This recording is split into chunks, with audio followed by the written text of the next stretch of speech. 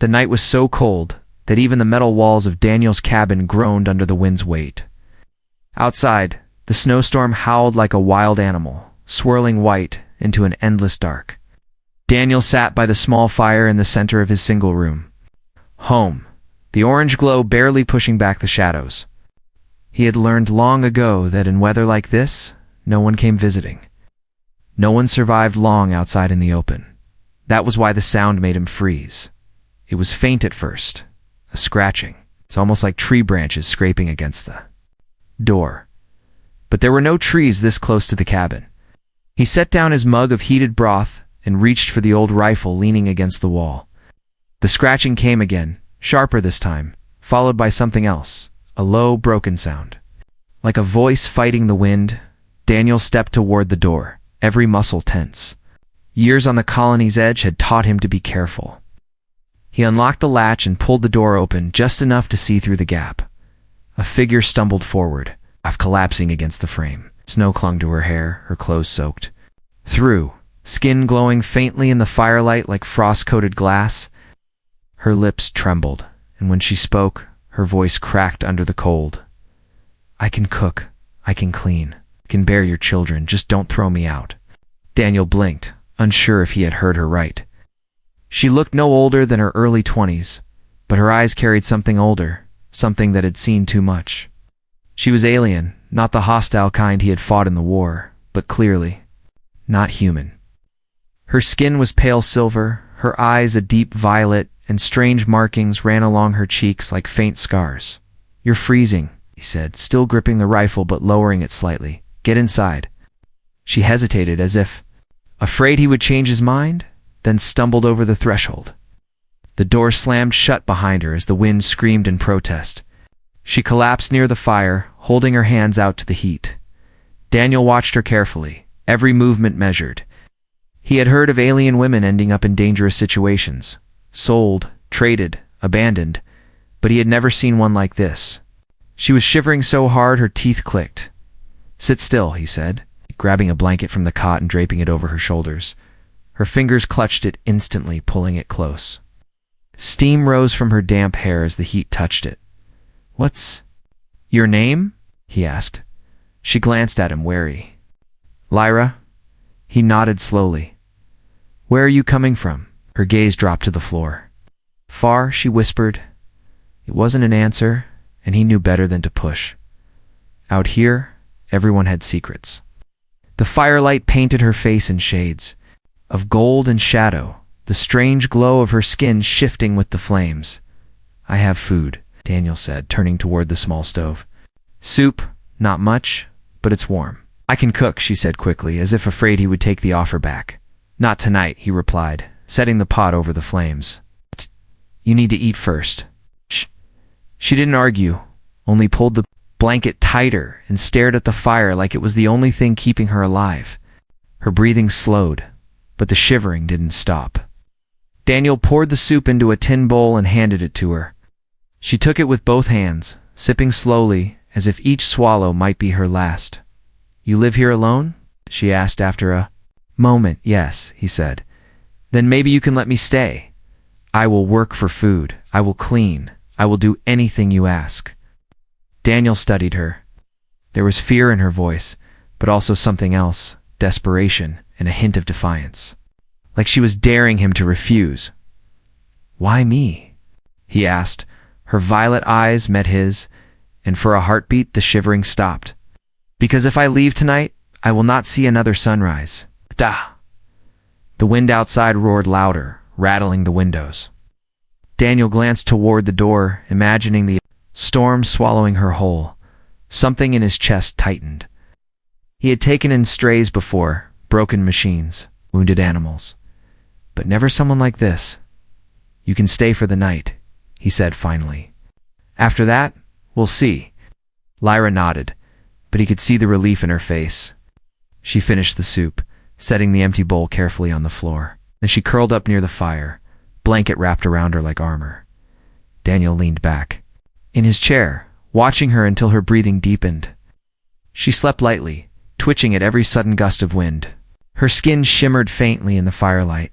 He found himself wondering what had driven her into the storm, and who might come looking for her outside. The snow piled higher against the cabin walls. Somewhere far off, a faint light flickered. In the dark, too steady to be part of the storm, Daniel frowned, reaching for his rifle again. The night wasn't over yet. The morning came without sunlight.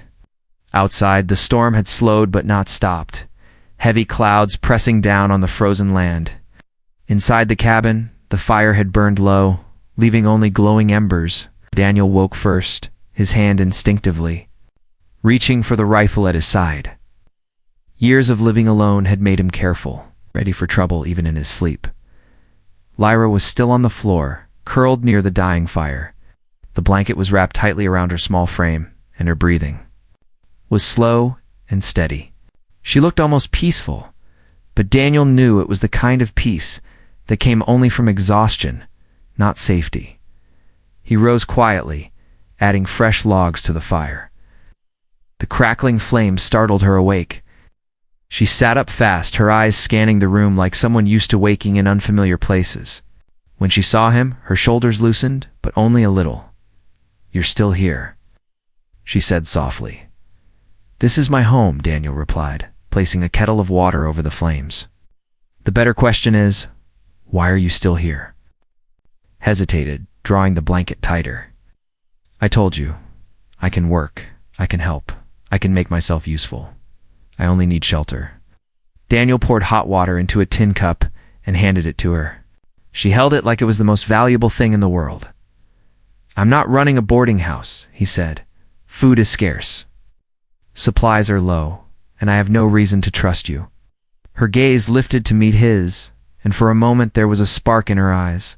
Not anger, but something sharper. "Then let me give you a reason." She set the cup down, stood, and walked toward the small table in the corner.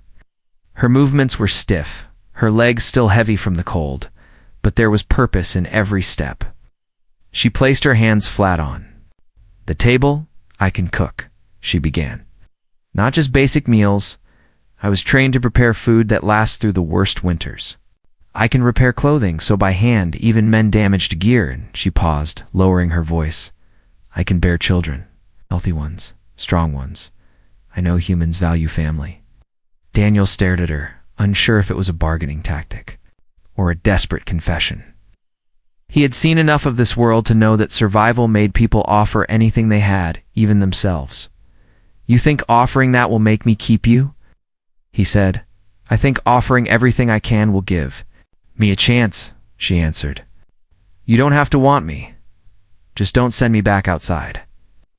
"Where exactly would I be sending you back to?" Her fingers curled against the table. To them, she whispered. It wasn't much, but the way she said it told him enough. Whoever they were, she feared them more than the cold. He leaned back against the wall, arms crossed. "If I let you stay, there will be rules."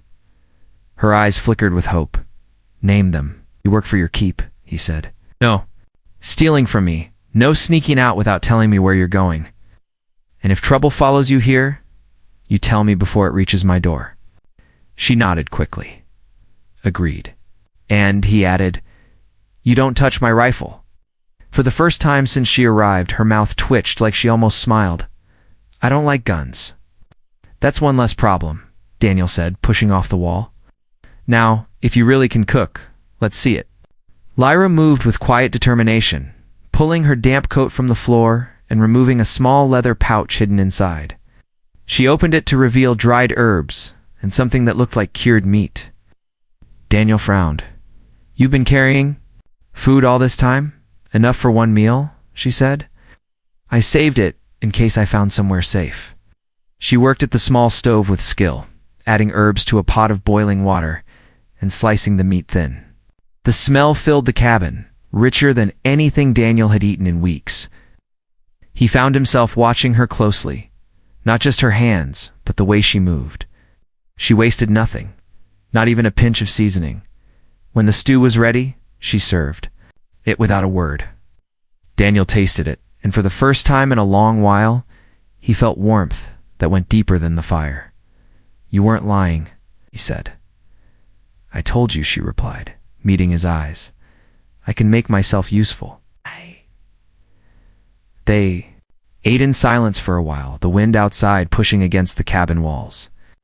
But Daniel noticed something every time there was a sound outside. Lyra's shoulders tensed, her eyes darted to the door. Finally he asked, "You're expecting someone, aren't you?" She set down her spoon. "Not someone," she said. "Quietly, several, and they won't knock before coming in." Daniel's grip on his cup tightened. "Then we'd better make sure this place is ready." For the first time since she arrived, she looked at him not with desperation, but with something closer to trust. "You'll help me?" "I didn't say that," he replied. "But if they're coming here, I want to know why." She glanced toward the window, her voice low. "Because they think they own me, and they don't like losing what they think belongs to them." The fire popped, sending a small shower of sparks into the air. Daniel's eyes stayed on her. He didn't know yet if she was a burden or a survivor, but he did know one thing. If trouble was coming, he needed to be ready. That night, the wind had calmed, but Daniel couldn't sleep. He lay on his cot, staring at the ceiling while the firelight danced against the walls. Across the room, Lyra sat by the window, the blanket still wrapped around her. She hadn't moved much since sunset, only shifting to keep her eyes on the dark beyond the glass. Daniel had seen that kind of watchfulness before. Soldiers on night patrol, hunters waiting for prey. But there was fear in her stillness. A fear that made her sit as if she could run at any moment. "You've been quiet all day," he said finally, his voice low, so it didn't feel like an interrogation. She didn't look at him. "Talking wastes breath, and breath keeps you warm." "That's a strange thing to say," he replied, leaning on one elbow. "I come from a place where talking too much can get you killed," she said, her eyes still fixed outside. Daniel considered that for a moment, then sat up. "You said, they think they own you. Who are they?" Lyra's grip tightened on the blanket. "You don't want to know." "I think I need to know," he said. "If they're coming here, if they're a danger, I have to be ready." Her head turned slightly, and in the flicker of the firelight, he saw the hesitation in her eyes. She wanted to trust him. But trust didn't come easy for someone who had been running. They called themselves the Varen houses. She began slowly. "Old families, rich and cruel, controlling more than half the cities on my world. They buy and sell people like livestock. Young are taken for work, for breeding, for whatever purpose their masters decide." Daniel's jaw tightened. Had heard stories of such places on other worlds. But hearing it from her voice made it feel heavier, more real. "And you," he said, "you were one of those they took." "I was born into it," she answered, her voice flat, but her eyes glistened in the firelight. "My mother was taken before me.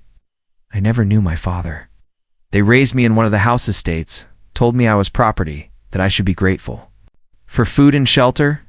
Daniel leaned forward. "How did you get out?" Her lips pressed together, and she looked away. "I learned to be useful. I cooked, cleaned, did what I was told, but I listened too. They thought I wasn't paying attention, but I learned the guard patterns, the shift changes, which doors stayed unlocked during storms. I waited for the coldest night of the year, when even the watchers stayed close to the fires. I walked out, with only what I could hide under my clothes." Daniel nodded slowly. "It was a dangerous kind of courage, the kind that came from desperation." "How far did you walk in that storm?" he asked. Her gaze went distant. "Days I avoided roads, kept to the forests and frozen rivers. I stole food when I could, traded what little I had for water and shelter. But they were always close. I saw their drones in the sky more than once. When I found this settlement, I thought maybe a human home would be the last place they'd look." Daniel sat back, letting the weight of her words settle. "And now they are looking here." "Yes," she said quietly. "I saw their searchlights last night through the snow. If they find me, they will take me back. And if they know you helped me, they will take you too." He let that sink in. She had brought trouble to his door, but she had also brought a fight he could understand. Daniel had fought wars before, but those wars had rules. This was something else, something personal. "You could have kept running," he said. "I was going to die in that storm, she replied simply. And if I die, they win. I'd rather be here, even if it means fighting them. The fire popped sharply, making both of them glance toward it. Outside, the world was silent, the snow reflecting the pale light of the moons. Daniel rubbed his hands over his face.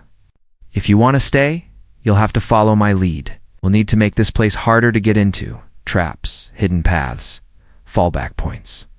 She tilted her head slightly. You've done this before? He met her gaze. I've kept people alive before. For the first time, her shoulders seemed to relax, even if only by a fraction. Then maybe I came to the right place. They spent the next hour reinforcing the door with extra wood, checking the shutters, moving supplies to the far corner where they could be hidden. Lyra worked quickly, her hands skilled in ways that told him she'd done similar work before.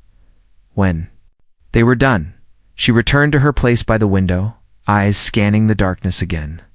Daniel lay back down, but didn't close his eyes. Outside, somewhere beyond the silent snow, a faint hum rose in the air, distant but steady, mechanical and unnatural. Lyra's voice was barely above a whisper. They're closer. Daniel reached for his rifle without a word. The night was no longer still. The sound came again in the early hours, a low hum, steady and deliberate, vibrating through the frozen air. Daniel was already awake, his rifle resting across his knees. Lyra hadn't moved from her place by the window, her eyes fixed on a dim light moving between the snowdrifts. They've been circling for hours, she whispered, looking for heat signatures. They know I'm close. Daniel pulled on his heavy coat and motioned for her to step back. Then we give them nothing to see. He stoked the fire just enough to keep the room warm, careful not to let too much light escape through the cracks. Outside, the light grew brighter, then another appeared beside it. 2 drones, their cold blue beams cutting across the snow. Daniel's gut tightened. They were sweeping the area in a pattern, and if they stayed on that course, they would reach his cabin soon. Stay quiet, he said. But Lyra's breathing had already quickened. She stood frozen in the middle of the room, her hands gripping the blanket. If they find me, they will stun me before I can run, and they will hurt you, just to make a point. Daniel's voice stayed calm, even though his heart was pounding. Then we make sure they don't find you. He led her to the trapdoor under the table. It was a narrow storage space used for winter supplies, dark and cold, but it would hide her from the drones. Get in, he said. She hesitated, glancing at the door. If they see you alone, they'll still search the place. They'll have to get past me first, he said firmly. Reluctantly, Lyra climbed down into the space. Daniel pulled the trapdoor shut and slid the table back into place. The hum outside grew louder until he could feel it in his teeth. Then came the knock. It wasn't the polite kind. It was sharp, metallic. The sound of someone striking the door with the butt of a weapon. Daniel stood still for a moment, letting the silence after the knock stretch. Then another knock, heavier this time. He stepped forward and opened the door just enough to see them. 3 figures stood in the snow, armored in dark plates that shimmered faintly under the moonlight. Their helmets were sealed, their faces hidden. Each carried a compact stun rifle, the kind used for capture rather than killing. One of them spoke. The voice metallic through the helmet speaker. Human. We're searching for someone. Female, Varen. She's ours. You will hand her over. Daniel leaned against the doorframe, showing no sign of fear. Haven't seen anyone like that. The lead hunter tilted his head. We detected movement in this sector. Your cabin is the only heat source nearby. Storm brings all kinds of movement, Daniel replied. Animals, debris, even ice shifts. Doesn't mean you'll find what you're looking for here. Hunter took a step forward. We will search. Daniel shifted his stance slightly, making sure the rifle in his hands was visible. You won't. There was a pause, the kind of pause where both sides measured the other. The second hunter's head moved toward the cabin, scanning it. With a device on his wrist, no heat signatures besides the human, he said to the leader. Daniel kept his face unreadable. But inside, relief touched the edge of his nerves. The storage space was doing its job, blocking Lyra's heat completely. The leader stepped closer. If you are hiding her, human, The punishment will be severe. The Varen houses do not forget. Daniel's voice hardened. And humans don't take kindly to threats. Now, unless you're planning to freeze to death out here, I suggest you keep moving. The leader studied him for a moment longer. Then he gestured to the others, and they turned away, their boots crunching in the snow. The hum of their drones faded as they moved on, swallowed by the storm. Daniel waited until the sound was gone before closing the door and locking it. Only then did he move the table and lift the trapdoor. Lyra climbed out, her hands trembling from cold or fear. He couldn't tell. They'll be back, she said, her voice low but certain. Daniel nodded. Then we make this place ready for when they are. She stared at him. You're not sending me away? You wouldn't make it a mile, he said. It's better to keep you where I can see you. Her expression softened, just slightly. You're risking your life for me. Daniel shook his head. I'm protecting my home. You just happen to be in it. But both of them knew that wasn't the whole truth. They spent the rest of the night in silence, working side by side. Daniel checked his ammunition, reinforced the shutters, and laid down tripwires in the snow outside. Lyra prepared small pouches of powdered herbs and ground minerals. Strange mixtures, she said, could make smoke screens or flare signals when burned. When they finished, Daniel glanced toward the horizon. The faintest light of dawn was breaking through the clouds, but it did little to warm the land. Somewhere out there, the hunters were still searching, their orders clear, their patience endless. Lyra stood by the window again, her eyes following the empty white. They won't stop until they have me. Daniel joined her, his voice steady. Then we make sure they regret trying, Dan. And in that cold cabin, with the wind already shifting, the plan began to take shape, one that would decide whether they survived the next night. The storm had passed, but the air outside was sharp and heavy, the kind that froze a man's breath before it left his lips. Daniel knew the clear weather wouldn't last. It never did here, but he also knew it was the kind the hunters would use to move fast. By midday, he spotted them. Shapes on the horizon, 3 dark figures cutting across the snow, the same ones who had come in the night. This time, they weren't alone. 2 drones circled above them like mechanical birds. Scanning everything below, Lyra stood at the window, her hands pressed flat against the wooden frame. They found us again, she said, her voice tight. Daniel checked the traps he'd set, tripwires strung between hidden posts. Small pits covered in snow, and smoke flares buried under the surface. They wouldn't stop the hunters completely, but they might slow them enough to give him the edge. You remember what I told you? He said, glancing at her. If I give the signal, you go to the trapdoor and stay there until I call you out. Her jaw tightened. I'm not hiding while you fight them alone. This isn't about pride, Daniel said firmly. It's about survival. If they get past me, you run. Don't argue. The sound of the drones grew louder, a mechanical hum that seemed to crawl under the skin. Daniel stepped outside, the snow crunching under his boots. He stood in front of the cabin, rifle in hand, waiting. The hunters didn't slow when they saw him. The leader's voice carried across the frozen air. Human, you have one chance. Give us the girl, and we leave you breathing. Grip tightened on his weapon. She's not yours to take. She is Varen property, the leader said coldly.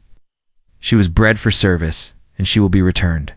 She's a person, Daniel shot back, his voice rising, and she chooses where she belongs. The leader gave a short gesture, and one of the hunters raised his weapon. Daniel's eyes narrowed, then he stepped sideways, kicking at a small mound of snow. The tripwire snapped, and a flare ignited with a burst of white smoke. Curling into the air, the sudden cover made the hunters hesitate. Daniel used the moment to fire a warning shot into the snow between them. The crack of the rifle echoed across the open ground, sharp and final. The second hunter moved around the smoke, but his boot sank into the thin crust of snow, dropping him into a pit Daniel had dug the night before. He stumbled, cursing through his helmet speaker. Daniel shifted position, firing again, this time striking the drone that hovered too close. It spun wildly, sparks trailing from its side before it dropped into the snow. The leader's voice cut through the chaos. Enough games. We take her now. Daniel ducked back toward the cabin, the sound of stun rounds slicing through the air behind him. The wooden wall splintered where one shot hit, but he was already inside, slamming the door shut. "Trapdoor now?" he barked. Lyra stood in the middle of the room, her hands shaking, but she didn't move to hide. Instead, she pulled a small pouch from her belt and tossed it into the fire. The flames hissed and flared, sending up a thick, bitter smoke that filled the room in seconds. "They won't see clearly when they come in," she said, her voice quick. "And the smell will clog their filters for a few minutes." Daniel gave a short nod. "Then we use that time well."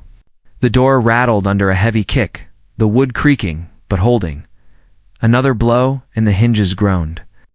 Daniel moved to the side of the door, his rifle ready, his breathing steady. The third kick broke it open. The leader stepped in first, his visor gleaming in the dim light. Daniel fired once, the shot slamming into the armored shoulder and spinning him off balance. Lyra darted past Daniel, swinging a metal pan with both hands into the second hunter's helmet. The sound rang like a bell, and the man dropped to one knee.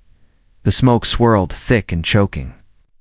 Daniel moved fast, using the confusion to push the attackers back toward the door. The pitiful visibility meant their stun rifles were useless. They fired wildly, hitting walls and furniture instead of their targets. But the leader was stronger than Daniel expected. He shoved past the doorway, grabbing Daniel by the coat and trying to drag him outside. Daniel twisted, jamming the butt of his rifle into the man's midsection. The grip loosened, and Daniel slammed the door shut again, bolting it with a heavy bar. The hunters pounded against it, their voices muffled by the smoke. Lyra grabbed Daniel's arm. "They'll burn the cabin to flush us out. We have to leave." Daniel looked at her, then at the small pack by the table, already filled with food, water, and spare ammunition. He had prepared for this. "Back door," he said. They moved quickly, slipping out into the freezing air. The snow was deep, but Daniel led them along a narrow path he'd cleared earlier. One that curved behind the ridge and away from the hunters' approach. The wind picked up again, blowing loose snow across their trail. From behind them came the sound of the cabin door breaking open, then angry shouts. The hunters would find the smoke and realize too late that their prey was gone. Lyra kept pace beside him, her breath ragged but her eyes sharp. "You didn't have to fight them like that," she said. Daniel glanced at her. "Yes, I did." They reached the cover of the ridge, crouching low as the drone's lights passed overhead. Daniel knew this wasn't over. The hunters would track them, maybe even before the next storm hit. But for now, they had space, and space meant time. He looked at Lyra. "Next time, we make them regret coming this far." Her lips curved into the smallest of smiles. "Next time, I'll be ready too." The wind howled over the ridge, carrying their scent and footprints into the storm. The hunters would follow, but Daniel and Lyra were no longer just running. They were preparing for the fight to come. The ridge gave them cover, but Daniel knew it wouldn't last. The hunters would regroup quickly, and the drones would sweep wider now that one had been destroyed. The only reason they had a head start was the smoke and confusion inside the cabin, and that advantage would fade fast. Lyra crouched beside him, her breath visible in the cold air. "Where do we go now?" she asked, glancing back toward the faint shapes moving near the cabin. "North," Daniel said, scanning the snowy expanse. "There's an old mining outpost about 12 kilometers from here. No one uses it anymore, but it still has walls and heat generators. If we reach it, we can hold out until the next human supply run." She frowned. "That's 2 days. If we move carefully, if we push hard. But they'll expect us to take the fastest route." Daniel nodded. "Which is why we won't." He pulled a folded map from his coat and spread it across the snow between them. "We cut east first, into the narrow canyons. It'll slow us, but the cliffs will block their scanners. From there, we circle north. By the time they figure it out, we'll be ours ahead." Lyra studied the lines and markings, then tapped one spot on the map. "This pass here, it's dangerous in winter. Rock falls, unstable ice." Daniel smirked faintly. "Exactly. They won't risk it with heavy armor." The hum of a drone made them both look up. Daniel grabbed a handful of snow and rubbed it over Lyra's face and glowing skin until her silver sheen dulled. Then he pulled her hood low and did the same for himself. They pressed flat against the ridge wall as the drone's light swept past, missing them by only a few meters. When it was gone, Daniel packed the map away. We move now. They slid down the far side of the ridge into deeper snow. Cold bit at their legs, but the wind had shifted, carrying their scent and heat away from the hunter's direction. Daniel set a steady pace, knowing speed mattered. More than comfort, hours passed with only the crunch of boots breaking the silence. Lyra's breathing grew heavier, but she didn't complain. Daniel noticed the way she scanned the horizon every few minutes, her instincts sharp from years of survival. By late afternoon, the cliffs of the canyon rose ahead, jagged walls streaked. With ice, the shadows inside deep and blue. Daniel stopped at the entrance, kneeling to check the ground. Snow here was untouched, no sign of recent tracks. Good. This is where it gets hard, he said quietly. Watch your step. If you hear cracking under the snow, move fast. They entered the canyon, the towering stone walls swallowing the wind. The silence felt heavier here, the kind that made every sound carry too far. Lyra walked close behind, her eyes scanning the narrow ledges above. Halfway through, the silence broke, a faint metallic whine, distant but rising. Daniel cursed under his breath. The hunters had sent a smaller drone into the canyon. It wouldn't last long in this cold, but long enough to find them. Down, he whispered. Pulling Lyra into a shadowed alcove behind a jut of rock, the drone appeared a minute later, gliding just above the canyon floor, its sensor light sweeping in slow arcs. Daniel gripped his rifle but didn't fire. A shot here would echo 4 kilometers and draw the hunters straight to them. Lyra reached into her pouch. Pulling out one of the small mineral bundles she'd prepared, she held it out to him. It passed the bend. When it hits the ground, it will burn bright for a few seconds, enough to make it chase the light. Daniel took it, judging the angle, then hurled it down the canyon. The bundle struck a rock and burst into a flare of orange sparks. The drone instantly turned and sped toward it. As soon as it was gone, Daniel tugged her forward. Move, they cleared the canyon just as the sun dipped behind the cliffs. The land ahead opened into rolling snowfields with dark forest in the distance. That forest meant cover, but also danger, predators, unstable ice, and places for hunters to ambush. By nightfall, they reached the tree line. Daniel found a shallow hollow between 2 fallen trunks, just big enough to shield them from sight. He set down his pack and began assembling a small, low fire that would give heat without much light. Lyra sank to the ground, pulling the blanket tighter around her. You planned all this before they even came back, didn't you? Daniel didn't look up from his work. Planning is what keeps people alive. I learned that a long time ago. She watched him for a moment. You could have handed me over. It would have been easier, he met her gaze then, his expression unreadable. Easier doesn't mean right. The fire crackled softly, and for a while they sat in silence. Then Lyra spoke again, her voice lower. If we make it to that outpost, will you let me stay with you? Even after the hunters give up? Daniel didn't answer right away. He added another piece of wood to the fire, watching the sparks twist upward. First, we survive the next 2 days. Then we'll talk about what comes after. From far off, the faint hum of engines drifted through the trees, too faint to tell how close. But enough to remind them both that the hunt wasn't over. Daniel doused the fire, leaving only embers. Get some rest. We move before first light. Lyra lay down beside the pack, her head resting on her arm. Daniel stayed awake, rifle across his knees, eyes on the dark beyond the trees. Somewhere out there, the hunters were closing in, and the forest was about to become the most dangerous place either of them had ever been. The forest was silent, except for the crunch of snow beneath their boots. Dawn had not yet broken, and the air was sharp enough to sting the lungs. Daniel led the way, his eyes scanning every shadow between the trees. Behind him, Lyra moved quietly, her steps light, her breath steady despite the cold. They had traveled through the night. taking narrow deer trails and frozen streams to avoid leaving a clear path. But the hunters were skilled trackers, and Daniel knew they would not stop. Every hour they stayed ahead was bought with exhaustion and cold. By midday, the snow began to fall again, thick flakes drifting down like ash. It was a blessing. Fresh snow would hide their tracks, but it also meant slower movement. Daniel pushed harder, knowing that if they could reach the mining outpost before nightfall, they would have a real chance. Lyra caught up to walk beside him. "The storm will cover us," she said. "It will cover them too," Daniel replied.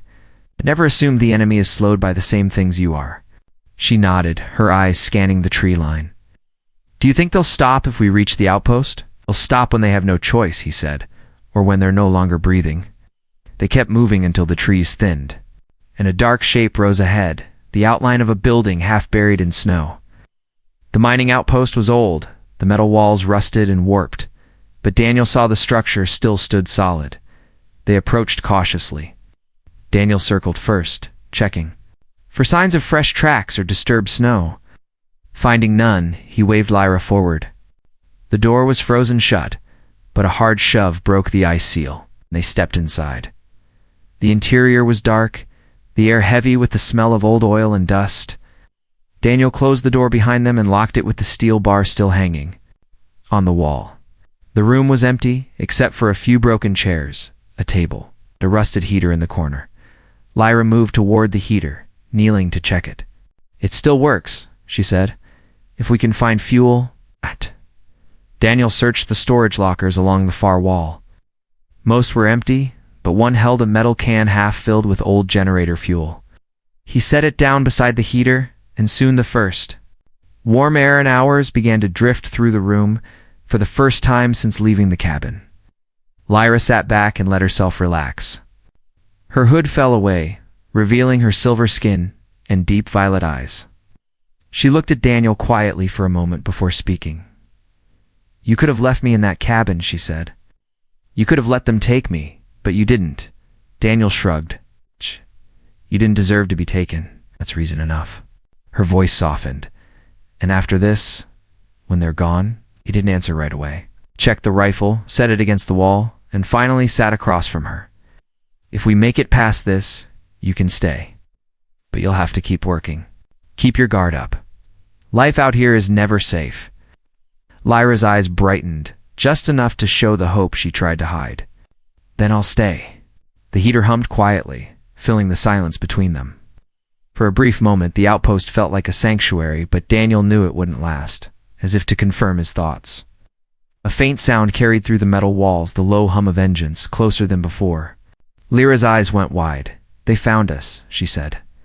Daniel grabbed his rifle and moved to the narrow window. Through the swirling snow, he saw them, 3 dark shapes moving across the open ground. The hunters pushing through the storm with grim purpose. "They're coming straight for the door," Daniel said. Lyra stood, her hand tightening around the pouch of minerals at her belt. "Then we make them wish they hadn't." They worked fast. Daniel overturned the table and set it as a barricade behind the door. Lyra poured a line of powder across the floor in front of it, ready to ignite. The heater's glow flickered against the walls, casting long, shifting shadows. The first blow on the door shook the frame. The second nearly cracked it open. Daniel waited until the third, then gave a sharp nod. Lyra struck the powder with a heated metal rod from the heater, and it burst into a wall of blinding light and choking smoke. The door burst open, and the hunter stepped straight into the haze. Daniel fired low, hitting one in the leg and sending him crashing into the table. Lyra hurled another pouch toward the second hunter, the flash forcing him to stumble back. The leader pushed through, his visor glowing red in the light. Daniel met him head-on, slamming the rifle's butt into his helmet before swinging the barrel toward his chest. The man staggered, off balance, and Daniel shoved him back through the doorway. The hunters retreated into the storm, their sensors blinded, their formation broken.